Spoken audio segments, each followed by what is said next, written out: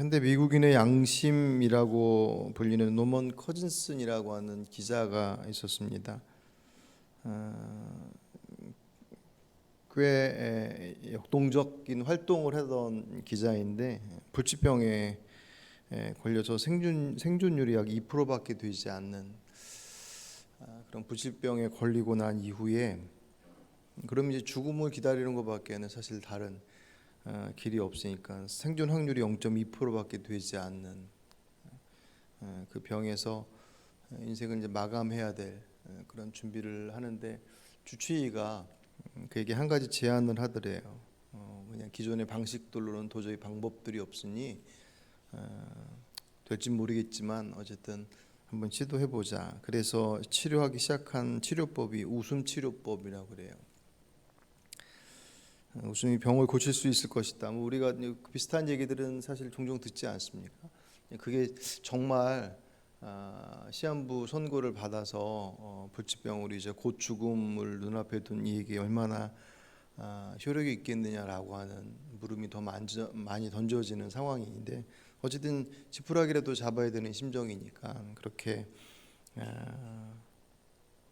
그 방식에 올인했다고 그래요. 영화나 코미디나 유머지 여러 가지 그냥 의도적으로 웃는 게 아니라 정말 웃을 만한 웃음이 나오는 한간의 얘기로는 그냥 웃겨서 웃지 않고 그냥 큰 소리로 웃음을 내도 호르몬이 분비된다 그런 얘기도 있긴 하지만 어쨌든 이 이야기를 전하는 이들의 입장에서는 정말 그런 어떤 웃음이 나올 만한 상황들을 이제 찾아가는 거죠.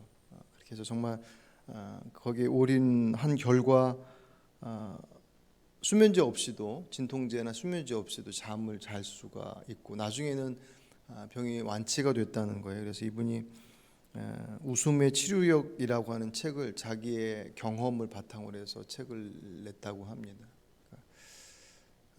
이게 무슨 어떤 이렇게 데이터가 어떤 약물을 써서 그런 어떤 정확한 객관적인 내용들이 나오는 것이 아니기 때문에 거기에 얼마만큼의 그런 무게를 둬야 될지는 각자 개인의 선택이긴 하겠지만 적어도 이 사람에게 있어서는 그 죽음을 눈앞에 뒀던 사람이 그 치료 웃음이라고 하는 것으로 자신의 삶의 자리들을 불치병으로부터 구할 수 있었다라고 하는 것은 적어도 그 사람에게 있어서는 특별한 일이 아닐 수 없죠.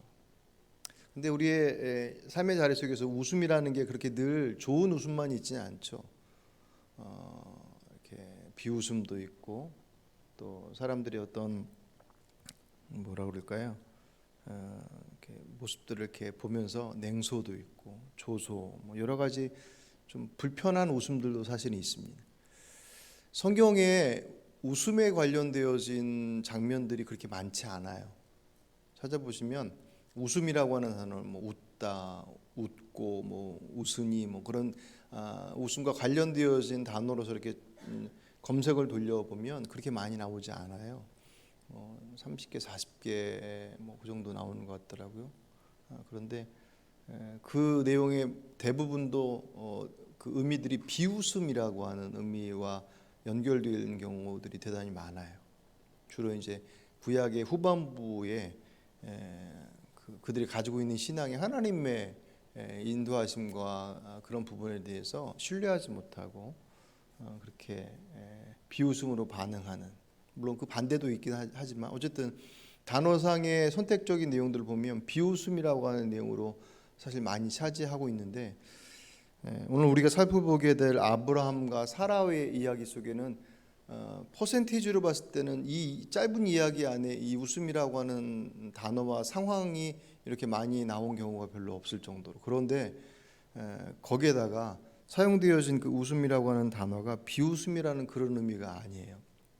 오늘 우리가 아까 창세기 말씀도 봤지만 21장 6절에 보시면 사라가 이르되 하나님이 나를 웃게 하시니 듣는 자가 다 나와 함께 웃으리로다라고 하는 이때의 웃음은 비웃음이 아니라 말 그대로 기쁨에 찬 웃음이죠. 하나님께서 나를 웃게 하시니 아브라함이 100세 그리고 사라의 나이가 90세의 나이에 정말 우여곡절 끝에 우스미를 낳죠. 우스미가 누군지 아시죠? 이삭입니다. 이삭 태명이 아니라 이삭의 이름이 뜻이 웃음이라는 의미를 갖고 있죠. 그 이삭을 낳고 나서 사라가 고백하는 내용이 6절의 말씀이에요. 하나님이 나를 웃게 하시니 듣는 자가 다 나와 함께 웃으리로다. 오늘 본문 히브리서 11장 11절 12절의 내용 또한 그 웃음이 그의 신앙의 고백, 믿음의 결과라고 얘기를 하고 있습니다. 그런데 히브리서를 보실 때는 이제 우리가 앞에서 4명의 인물들을 봤지 않습니까? 근데 조금씩 이제 그 보는 관점이 조금씩 다르다고 그랬잖아요. 사라 같은 경우도 사실은 11절 12절 말씀만을 딱 단편적으로 보기에는 사실은 그가 이 고백을 하기까지의 여정이, 물론 대부분의 믿음의 사람들이 그 믿음의 고백을 이루기까지의 과정이 결코 순탄치 않았다라는 것은 거의 비슷하죠. 어제 아브라함 잠깐 사실은 다 보지 못하고 그냥 부분만 봤지만 그 믿음의 조상인 아브라함의 믿음도 애초에 출발할 때 그렇게 대단하게 출발한 게 아니었다.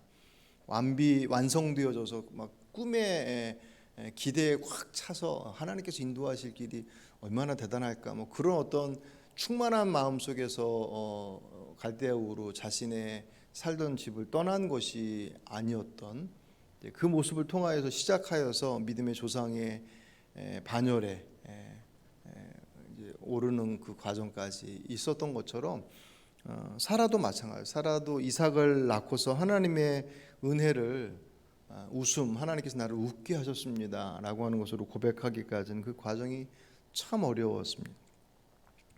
어제 말씀 잠깐 우리가 살펴보면 어쨌든 관련되어 두 사람이 같이 부부니까 아브라함이 메소포타미아 갈대아 우라고 표현되어 있는 그곳에서 부름을 받아서 아버지하고 아버지 데라하고 조카하고 가족들을 데리고 고향을 떠나서 결단하잖아요. 그래서 떠나서 출발하지만 하란에서 머물게 되죠. 아버지 때문에. 그래서 아버지가 죽고 난 다음에 하나님께서 아브라함에게 나타나셔서 다시금 그 약속의 말씀을 주시잖아요.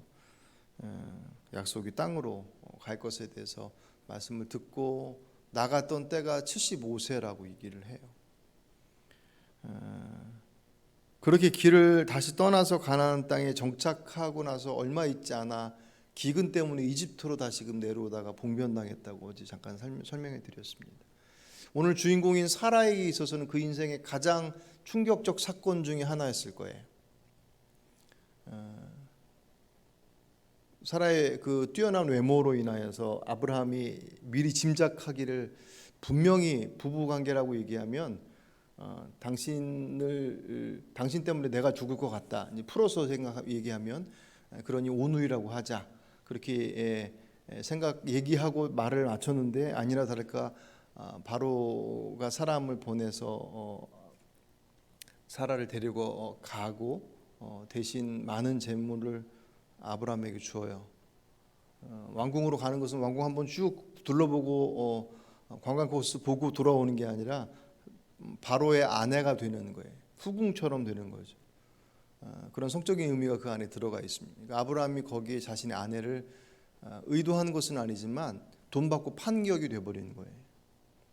근데 그 장면을 보시면 아시겠지만 아브라함이 어떠한 액션도 취하지 않습니다. 말 한마디 하지 않아요. 그냥 그대로 보냅니다. 끌려가는 사라도 한마디의 말이 없어요.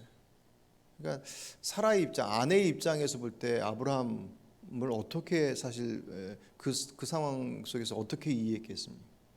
미리 이런 일들이 일어날 것이라고 생각해서 대비는 했지만, 대비한 거 하고 그 이후에 그가 온누이라고 해서 넘어갈 줄 알았는데 거기서 그 아내를 데려다가 왕궁으로 데려갈 줄은 사실 거기까지는 생각하지 못했는데, 거기에 대한 반응을 보이는 아브라함의 모습은 정말 무책임하기 그지없거든요. 그 상황이 워낙 긴박했으니까 그랬겠지만 어쨌든 사라 입장에서 본다고 한다면, 여러분 같으면 입장 바꿔 생각해 놓으면 그 상황을 그냥 어쩔 수 없지 않느냐라고 그렇게 편하게 보낼 수만은 없을 거 아니에요. 근데 분명한 것은 남편 아브라함에 대한 실망은 컸을 수 있을지 몰라도 컸겠죠. 배신감도 느꼈을 것이고 어쩌면 거기서 그렇게 무기력하게라고 하는 남편 아브라함이 가지고 있는 능력의 한계를 그 안에서 선명하게 봤다면 반대로 그곳에서 그들이 풀려나거든요. 근데 그 풀려나게 된 계기가 철저히 하나님의 개입하심 때문이었어요. 오히려 그 위기의 상황이 그들에게 있어서는 기회가 되어졌어요. 어떤 기회냐? 물론 그것 때문에 그 창세기 13장 2절에 보시면 아브라함이 부자가 됐다라고 하는 표현이 나와요. 애굽에 들어갔다가 그 봉변을 당하고 하나님의 은혜로 다시금 돌아올 때 애굽에서 받은 그 재물이 얼마나 많았는지 그들이 큰 부자가 됐다고 성경이 기록하고 있습니다. 그런 의미 속에서 위기가 기회가 됐다라는 거 말고 적어도 사라와 아브라함에게 있어서는 그 사건이 하나님이 도대체 어떤 분이냐라고 하는 것에 대해서 다시금 생각하게 되는 사건인 것은 틀림없죠. 왜냐하면 아브라함이 목숨 걸고 아내를 지키기 위해서 하나님 앞에 간구하고 그런 것도 아니었었고 말 그대로 어떻게 손 한 번 대지 못하고 하다가 진행되는 상황 속에서 하나님께서 직접적으로 간섭하심으로 인하여서 그들이 노임받게 되어지는 거기다가 재산까지 더 많아졌으니 얼마나 그 상황들을 바라보면서 하나님 도대체 어떤 분이시길래 그들이 갈대우로 자신의 본거지를 포기하고 그 두려움 어떻게 보면 두려움으로 출발한 길인데 그 길 속에서 선택한 그분의 인도하심들을 따르는 것이 틀린 게 아니었구나라고 하는 것을 확인하는 자리가 됐을 거예요. 사라에게서는 더 그렇고 그 이후에 사건들이 몇 가지 사건들이 같이 이어져 가죠. 롯하고 분가하게 되어지는 때도 어떻게 보면 아브라함이 내가 내 혈육인데 어찌 이 재물의 문제 때문에 다툴 수 있겠냐? 네가 동하면 내가 서하고 네가 서하면 내가 동하겠다라고 하는 것으로 그 조카와의 분가 헤어짐의 모습을 그냥 손해를 감수하고 그렇게 선택을 하죠. 그 선택 이후에 하나님께서 롯이 떠나고 난 다음에 나타나셔서 뭐라고 그러세요? 그에게 더 큰 복을 약속을 하십니다. 그 뒤에 그렇게 얌체처럼 지사길 찾아서 간 롯이 도시국가들의 전쟁 때문에 휘말려서 포로로 끌려갔다라는 얘기를 듣고 아브라함이 자기 집에서 기르는 종 318명, 그러니까 개인 사병이죠. 그 318명을 데리고서 전쟁터로 나가요. 이게 사실 말도 안 되는 거거든요. 도시국가긴 하더라도 거기는 군인들이 싸우는 자리인데도 불구하고 개인 가정에서 기르고 있던 사병 318명, 사병이 318명이었다라고 하는 것만으로도 아브라함의 그 재력이 어느 정도였는지를 짐작할 수 있는 거예요. 사병이 318명이었다면, 근데 아무리 사병이 318명이었다고 하더라도 말 그대로 사병이지. 그 집을 지키는 경비의 역할을 하는 그런 역할이지 전쟁터에 나가서 그 군인들과 싸울 만한 그런 모습을 갖고 있지는 못했을 거란 말이에요. 근데 거길 뛰어나가죠. 롯을 구하기 위해서. 근데 그 전쟁에서 이겨요 또. 그리고 돌아오다가 그 유명한 누구죠? 갑자기 이름이 생각이 안 나요.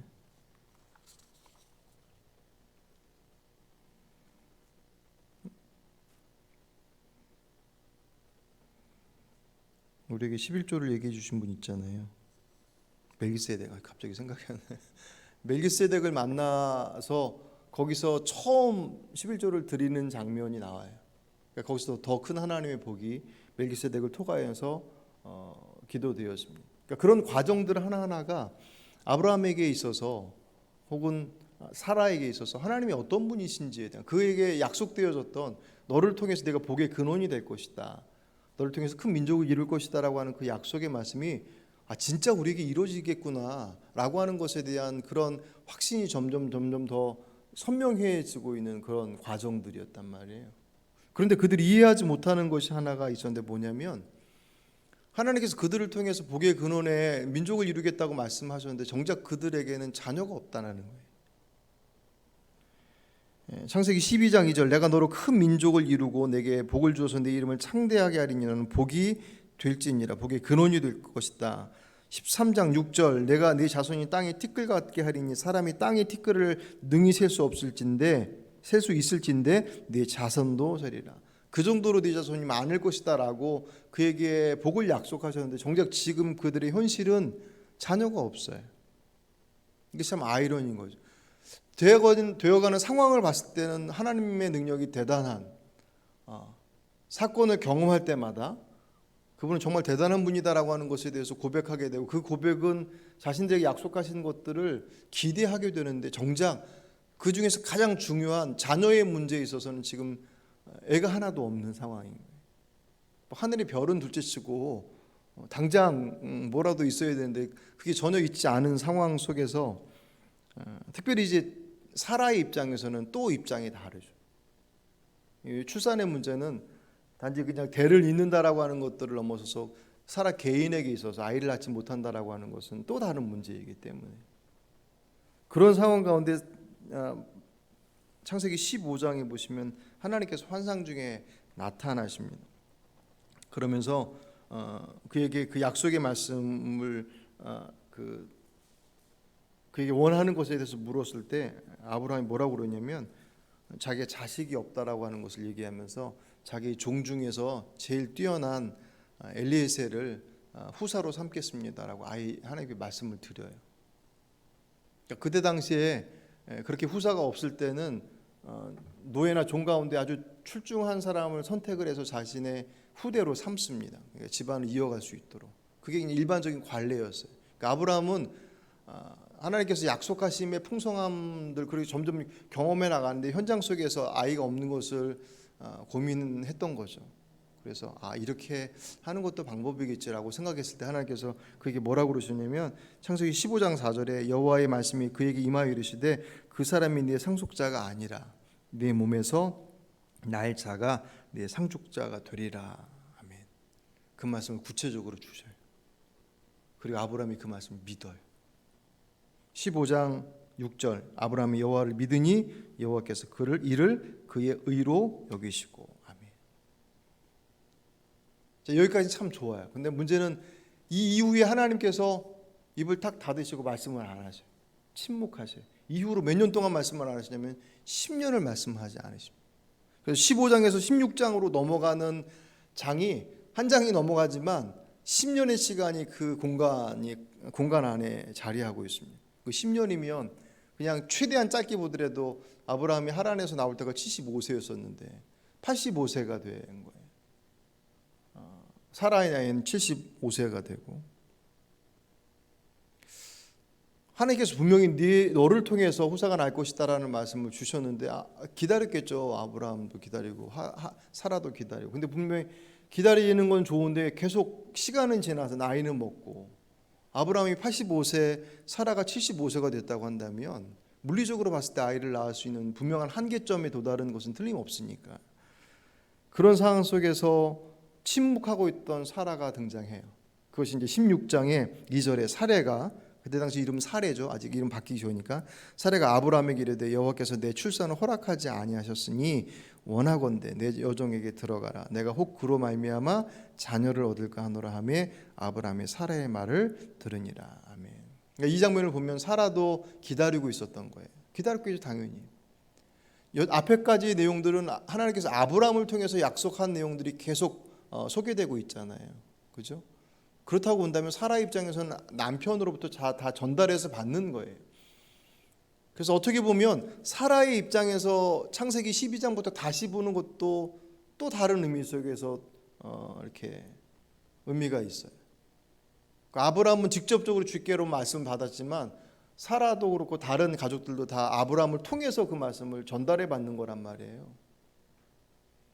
그러니 그들이 받는 어떤 말씀의 무게는 또 다를 수도 있었을 것이고 또 그들의 입장도 다르고 어쨌든 침묵하던 사라가 16장에 딱 등장을 합니다.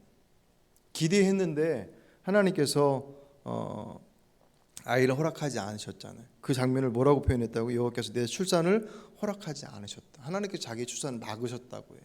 그러니까 이 얘기 안에 사라의 실망이 그대로 들어가 있죠. 기대했었는데 하나님께서 막으셨다. 그런데 약속은 틀림없이 이루어질 것 같으니까 당신을 통해서 후사가 나온다고 했으니까 정식 부부지간인 아브라함과 사라의 관계 속에서 아이를 낳을 수 있는 상황이 안 되니 그 당시의 관례상 아내가 아이를 낳지 못하면 여종을 통해서 아이를 낳게 되는 것들도 하나의 방식들이었단 말이에요. 그것을 얘기하면서 그럼 내 종 하갈을 통해서 아이를 낳아라. 아무래도 그게 하나님의 뜻인 것 같다 라고 사라가 자신의 자리에서 이렇게 한 발짝 비껴나가요. 그러니까 사라는 나름 자신의 자리 속에서 희생한 거죠. 주의 약속의 말씀을 기대하며 기다리다가 10년의 세월 동안 아무 말씀이 없으신 것에 이제 안 되겠다. 하나님의 뜻은 나를 통해서가 아니라 아브라함을 통해서인 것은 분명하니까 아브라함을 통해 하지만 사라가 아닌 다른 수단이 동원되어야 되나 보다라고 판단을 해서 사라가 희생을 합니다. 그때 아브라함이 그것을 받아들이죠. 그렇죠? 어찌 보면 85세가 된 아브라함을 통해서 하갈이 됐든 누가 됐든 아이를 낳는 것도 어떤 면에서 보면 기적이잖아요. 그죠? 그러니까 그렇게 해서 이스마엘이 나온 거에 와서 이게 맞아, 이게 하나님께서 원하셨던 방식이구나라고 하는 것을 아마 그들은 정리를 했을지도 몰라요. 문제는 우리가 이미 답을 알고 있잖아요. 이스마엘이 답이 아니라는 거죠. 그들이 선택하고 나서 당장 문제가 불거지기 시작하죠. 하나님의 뜻일 거라고 생각을 해서 선택한 그 길이었는데 그게 아브람도 그렇고 사라도 그렇고 다른 생각이 있어서 하갈을 그 후사를 잇는 당사자로 선택한 게 아니잖아요. 주께서 주신 약속의 말씀이 있었고 그 약속의 말씀을 기다리다 보니 응답이 없어서 이건가 보다라고 나름의 응답이라고 생각해서 선택한 길인데 문제는 그게 하나님께서 선택하신 길이 아니었다라는 게 문제였죠. 그러니까 여기서 이제 하나 물음이 던져져야 될 게 왜 안 물었냐는 거예요. 10년의 시간 동안 물었는데 주께서 답을 하지 않았느냐? 그런 뉘앙스는 아니란 말이죠. 안 물었어요. 그리고 나서 그 당시에 사용되어졌던 일반적인 방식들을 가져온 거죠. 상식적인 선택을 한 것입니다. 아까도 말씀드렸던 것처럼 85세에 아브라함이 아이를 낳을 수 있는 것도 사실은 일상적이지 않은 것이니까 어떤 면에서 보면 그것 또한 하나님의 도우심을 구하는 하나의 방식이라고 충분히 생각할 수 있었을 거예요. 그래서 낳은 아이를 임신을 하죠. 그리고 나서 곧바로 문제가 발생하는데 하갈이 사라를 업신여기잖아요. 이 하갈이 계산해 보니 후사는 자기를 통해서 낳을 것이 뻔하고 사라는 더 이상 아이를 낳을 수 없는 상태가 되니 이제 이스마엘을 통해서 내가 이 집안이 정말 안주인이 되겠다. 그냥 우리 일상적인 생각. 하갈이 그 생각을 하고 주인 사라를 업신여기니까 거기서 사라가 또 이제 불끈해가지고 그 둘의 갈등이 있죠. 나중에 이스마엘 낳고 나중에 이삭이 낳고 난 이후에 이스마엘과 이삭이 또 갈등하죠. 그리고 한참 뒤에 그 둘을 통해서 나온 민족들이 중동에서 어떻게 그 민족을 완전히 구분할 수 없을지 모르겠지만 어쨌든 그들 안에서 또 그 후사들이 또 갈등하게 되는 그런 결과를 낳습니다. 결국은 우리들의 선택, 우리들의 하나님의 뜻일 것이다라고 생각하며 선택한 그 길이 오히려 그들에게 있어서는 갈등과 문제를 일으키는 또 다른 선택이 되어버렸던 것이. 그리고 나서 13년이 또 흘러요. 제가 오늘 말씀을 쭉 보면서 하나님께서 왜 말씀하지 않으셨을까?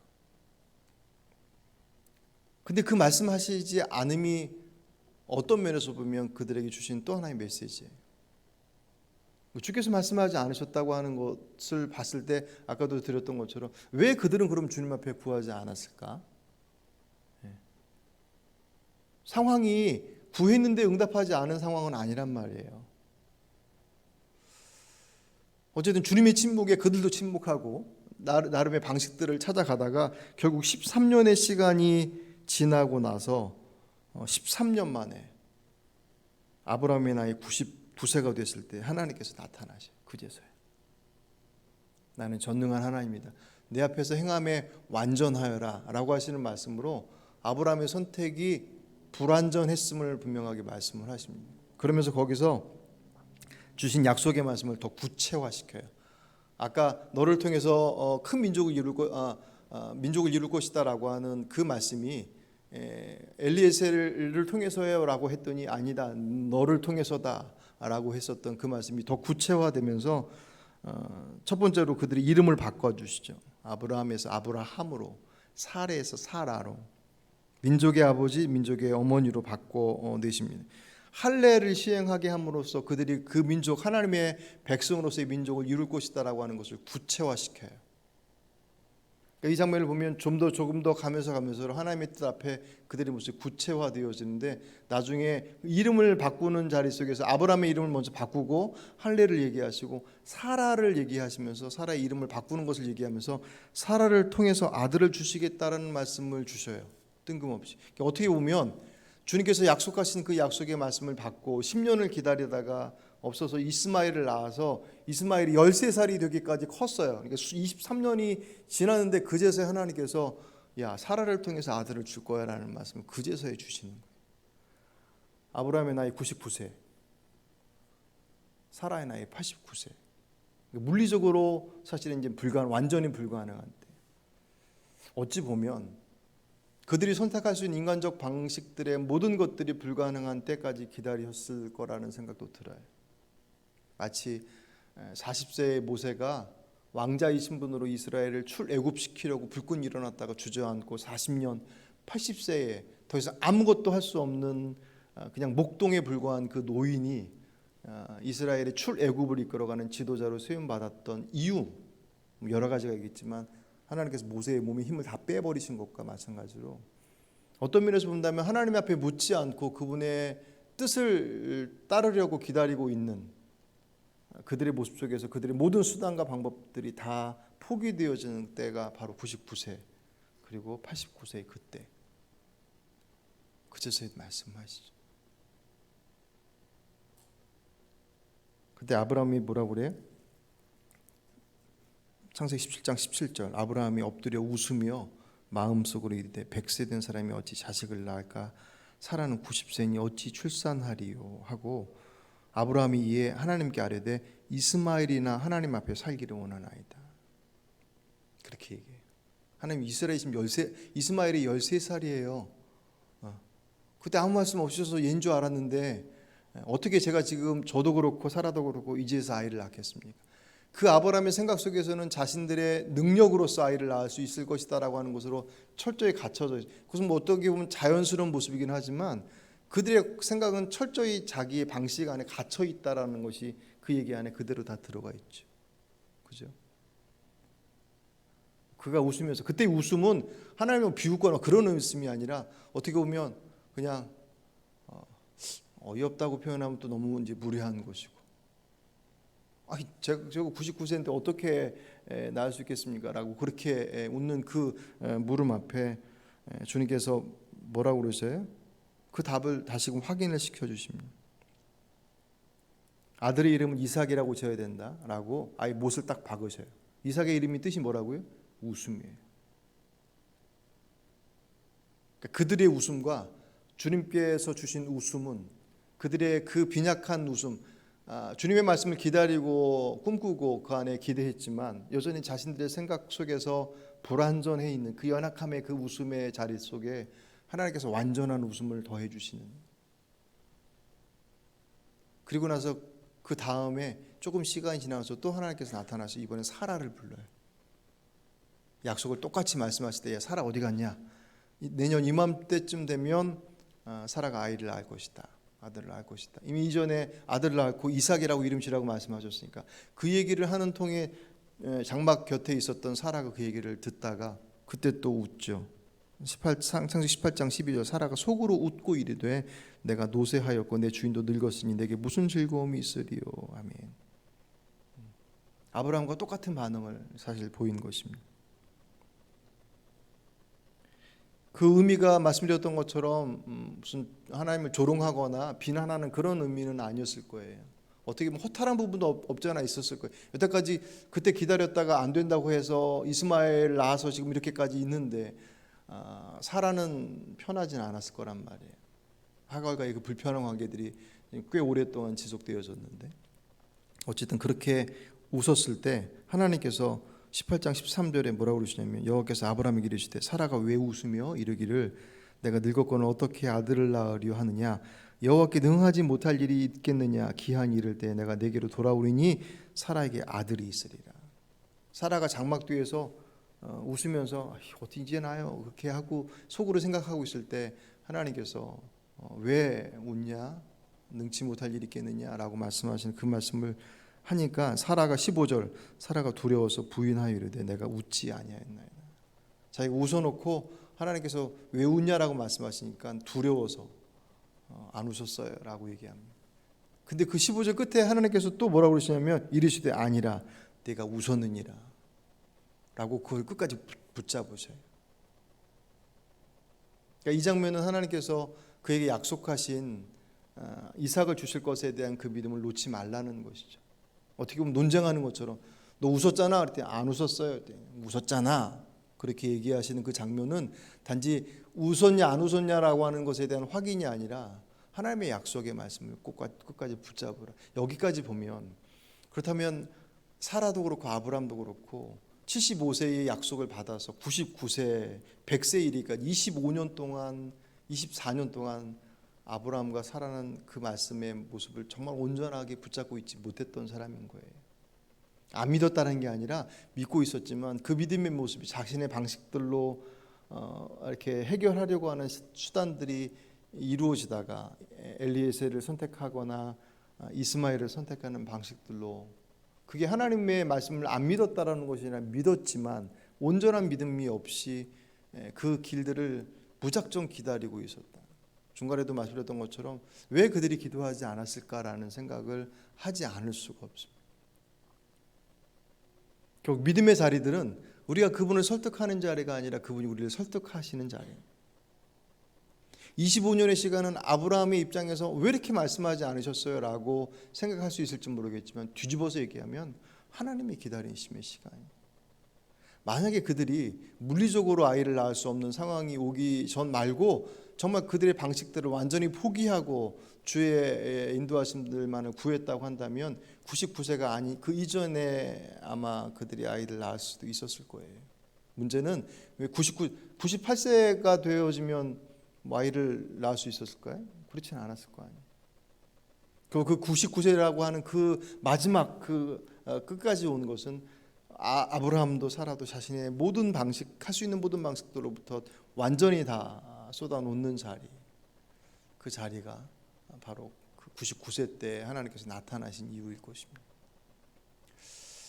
이 말씀을 쭉 보면서 그런 생각이 들어요. 하나님께서 우리에게 인도하시는 그 길이 결국 히브리서 11장 11절 12절의 내용만 딱 보면 사라가 대단히 자신의 아이를 낳을 수 없는 그 단산되어진 그 절박함 속에서도 불구하고 주의 말씀을 붙잡음으로 말미암아 오늘 11절 12절 말씀에 보시면 이러므로 죽은 자와 같은 한 사람으로 말미암아 하나님의 허다한 별과 또 해변의 무수한 모래와 같이 많은 후손이 생육하였느니라. 대단히 이 장면만을 보면 사라가 대단한 믿음의 결단 속에서 자신의 그 불가능한 자리들을 극복하고 하나님의 뜻을 이루었다라고 하는 것으로 볼 수 있을 것처럼 보여지는데 제가 좀 길게 이 본문의 내용들을 쭉 설명해 드린 이유도 사라가 그런 모습들로 출발되어지거나 그렇게 완성되어져서 움직여진 결과들이 아니라 결국 주님의 말씀하신 바를 어떻게 붙잡고 있느냐 그 모습이 그에게 있어서 그 약속이 성취되어지는 가장 중요한 것이다. 결국 말씀은 반드시 성취되었습니다. 우리가 성경을 봐야 하는 이유는 그 성경 속에서 약속되어진 것이 우리 안에 성취되어질 것을 기대하고 그 말씀을 붙잡고 그분 앞에 나아가는 그 길이 생명의 길이기 때문에 오늘 여러분 가지고 나오신 기도의 제목들 속에서 아브라함하고는 좀 다른 입장이겠지만 오늘 사라가 가지고 있었던 그 모습 어쨌든 사라 안에서 자신이 이루고자 했었던 나름 자신 안에서 희생하기도 했고 실망하기도 했고 여러 가지 그 복잡함의 모습들이 있었지만 그에게서 가장 온전한 길은 결국 그분의 말씀 앞에 어떻게 서느냐라고 하는 것이 그가 그토록 소망하고 기대했었던 그 일들을 이루는 그런 결과를 낳았습니다. 반대로 자신들이 선택했던 그 길은 오히려 그들에게 더 큰 어려움들을 만들어내는 모습들로 드러났죠. 모쪼록 이 저녁 우리가 주 앞에 기도하는 자리가 우리가 가지고 있는 소망과 기대의 모습들로 그분을 설득하려 하지 않고, 그것은 우리의 당장의 필요와 당장의 다급함과 절박함이라고 하는 현실적인 문제들이 반드시 있겠죠. 아브라함과 사라가 그랬던 것처럼. 근데 그 절박함이 그 문제를 풀어가는 데 있어서 해결되어지는 것이 길이 아닐 수 있음은 우리가 성경에서 수없이 보지 않습니까? 그분을 설득하는 기도가 아니라 그분의 말씀 앞에 우리가 설득되어지는, 그러려면 우리의 생각들을 일단 내려놓아야 되죠.